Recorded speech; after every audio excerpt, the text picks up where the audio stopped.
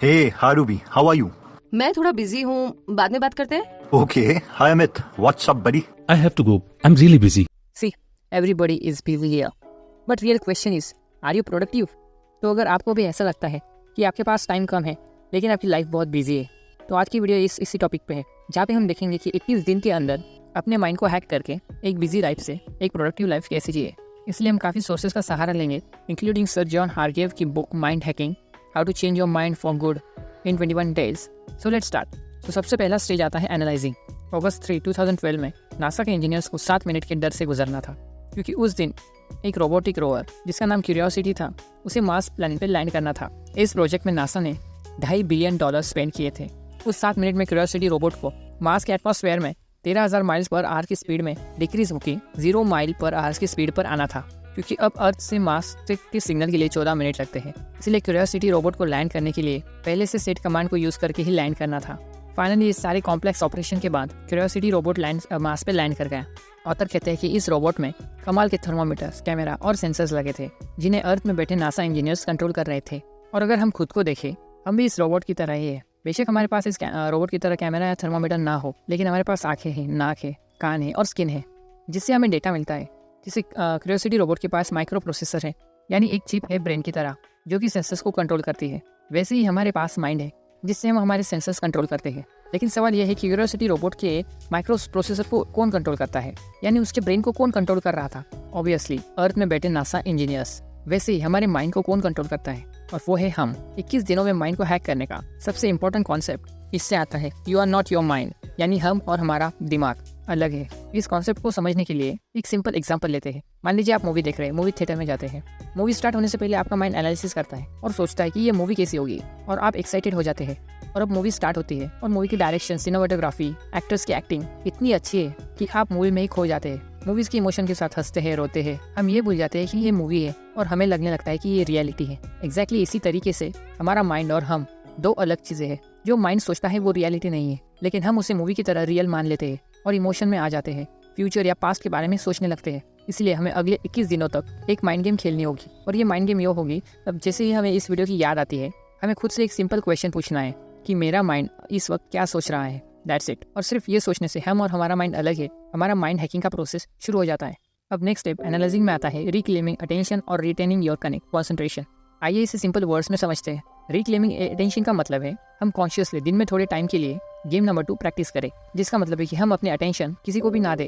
अब पूरी दुनिया में बड़े बड़े बिजनेसमैन हमारे अटेंशन के लिए काफ़ी पैसे खर्चते हैं। कोई एक इंसान को कोलगेट की ऐड दिखाने के लिए 100 रुपये तक खर्च कर देता है, और कोई सेंसोडाइन की ऐड दिखाने के लिए 200 रुपये तक खर्च करता है। अब ऑब्वियसली एक इंसान को एक ऐड दिखाने के लिए हम इतने पैसे खर्च कर रहे हैं, और कोई भी बिजनेसमैन ऐड तभी दिखाएगा जब उसे 100 रुपये की ऐड दिखा के कम से कम 150 रुपये का प्रॉफिट हो। अब हम जब कभी भी किसी को अटेंशन देंगे, हमें इस तरीके से सोचना है, हमने किसी को अपने पैसे दे दिए हैं, और कम से कम हमें दिन में 1 आवर के लिए अपनी अटेंशन किसी को नहीं देनी है। इसलिए अगले 21 दिन के लिए 1 घंटे के लिए हर रोज हमें कोई मैसेजिंग एप्लीकेशन, कोई टेक्स्ट मैसेजेस, इंटरनेट डिस्ट्रैक्शंस, सारे नोटिफिकेशन बंद कर देने हैं और अपने अटेंशन को रिक्लेम करना है। अटेंशन रिक्लेमिंग के बाद आता है रिट्रेनिंग योर कंसंट्रेशन, यानी हमें अपने माइंड को अपग्रेडिंग करना है कि वो वही सोचे जो हम चाहते हैं, जिसके लिए हमें हर रोज 10 से 20 मिनट के लिए माइंड गेम नंबर 3 खेलनी है। वो है सी योर ब्रेथ। एक शांत जगह पर बैठ के बस अपनी सांसों को ऑब्जर्व करना है कि हम ब्रेथ कैसे करते हैं। हमारा माइंड बीच में कुछ और सोचने लगेगा, बट इट्स ओके। बट दोबारा से हम अपने माइंड को टास्क देंगे कि वो ब्रेथ के बारे में सोचे। अब अपना माइंड हैक करने के लिए नेक्स्ट इंटरेस्टिंग टास्क आता है इमेजिनिंग। एल्बर्ट आइंस्टाइन ने कहा था, imagination is more important than knowledge. लेकिन आपको पता है आइंस्टाइन की स्कूल की टीचर्स क्या बोलते थे? आइंस्टाइन की एक टीचर ने आइंस्टाइन की डिसओबीडियंस को देख के कहा था, तेरा जिंदगी में कुछ नहीं होगा। और एक्चुअल में ऐसा लग भी रहा था, क्योंकि आइंस्टाइन एक लो लेवल गवर्नमेंट जॉब कर रहे थे। वो एक 3rd क्लास पेटेंट क्लर्क थे। जब उनका प्रमोशन का टाइम आया तो वो 2nd क्लास पर पेटेंट क्लर्क बनने वाले थे, लेकिन उन्हें प्रमोशन नहीं दी गई, क्योंकि आइंस्टाइन के सीनियर्स ने कहा था, क्योंकि आइंस्टाइन को बहुत कम नॉलेज है मैकेनिकल इंजीनियर के बारे में। लेकिन इस जॉब में आइंस्टाइन के पास एक सबसे अच्छी चीज थी, और वो था टाइम। और इस टाइम के साथ उनके पास था दुनिया का सबसे बड़ा टूल, इमेजिनेशन। आइंस्टाइन हमेशा अपने फ्री टाइम में लाइट के बारे में हमेशा इमेजिन करते रहते थे। क्या होगा अगर मैं लाइट के साथ ट्रैवल करूँ? क्या होगा अगर मैं एलिवेटर से गिर जाऊँ? और इसी इमेजिनेशन की वजह से वो दुनिया के नंबर 1 फिजिसिस्ट माने जाते थे। हम जो भी चीज़ इमेजिनेशन करेंगे, हमारे साथ वही होगी। और अगर हम इमेजिन करें कि हमारी शादी अच्छी नहीं चलेगी तो वैसा ही होगा। और अगर हम सोचेंगे कि हम अपने अच्छी बॉडी शेप नहीं बनेगी तो वैसा ही होगा, हम वैसा नहीं कर पाएंगे। अगर हम इमेजिन करें कि हम रनिंग में अच्छे नहीं है तो हमारी बॉडी वैसे ही रिस्पॉन्ड करेगी। अब कई लोग सोचेंगे तो ये तो बकवास है। अगर कोई सोचे कि मैं करोड़पति बन जाऊँ तो क्या मैं एक्चुअल में करोड़पति बन जाऊंगा? अब ऑब्वियसली ऐसा भी नहीं होगा।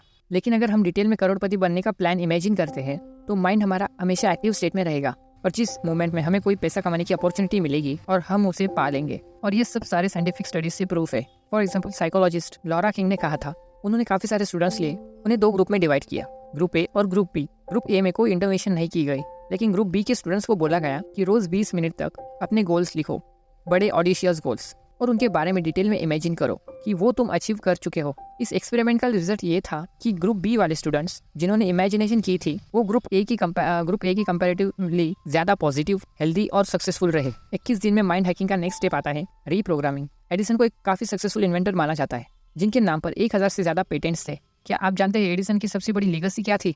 उनसे हमने ये सीखा था कि इन्वेंशंस कैसे करते हैं। उनके ऑफिस के किनारे एक बेड लगा हुआ था। एडिसन बहुत देर तक एक आइडिया के ऊपर सोचते रहते थे। उसके बाद जब वो थक जाते थे कि थोड़ी देर के लिए उस ऑफिस में रखे बेड में सोने चले जाते थे। अब जैसे ही उन्हें कोई आइडिया आता वो फटाफट बेड से उठते और उसे पेपर में लिख लेते थे। उसके बाद वो अपने ऊपर वाले फ्लोर के ऑफिस में भागते और उस आइडिया से रिलेटेड रफ ड्राइंग्स बना लेते जिन्हें वो रियलिटी में कन्वर्ट करना चाहते थे।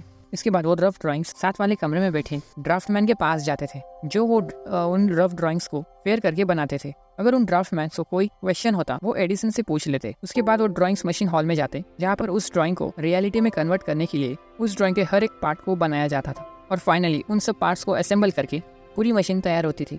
आइंस्टाइन बहुत प्राउड होकर बोलते थे, हम एक लेडी वॉच से लेके पूरी लोकोमोटिव बना सकते हैं। इस स्टोरी में सबसे इंटरेस्टिंग बात यह है कि आजकल की मॉडर्न कंपनीज में अपने R&D मतलब रिसर्च एंड डेवलपमेंट ऑफिस में इसी तरीके से ऑर्गेनाइज किया। पहले वो आइडिया लेते हैं, फिर उसे पेपर में लिखा जाता है और फिर उसके प्लान्स बनते हैं, फिर प्रोटोटाइप और फाइनली फिनिश्ड प्रोडक्ट तैयार होता था। वैसे ही हम भी अगर हमारे गोल्स को रियलिटी में कन्वर्ट करना चाहते हैं तो पहले डिटेल में अपने गोल्स के बारे में सोचो, उसे पेपर्स में लिखो, फिर उसे फाइनल प्लान तैयार करो और फाइनली एक्शंस लेके उस विजन को रियलिटी में बदल दो। तो दोस्तों, हमने इस वीडियो में अपने माइंड को 21 दिन में हैक करने के लिए 3 स्टेप्स देखे थे। पहला था एनालाइजिंग, दूसरा इमेजिनिंग और तीसरा reprogramming. So guys, I hope आपको ये वीडियो पसंद आई होगी। अगर पसंद आए तो लाइक शेयर सब्सक्राइब कर दीजिए and thank you so much for watching this video.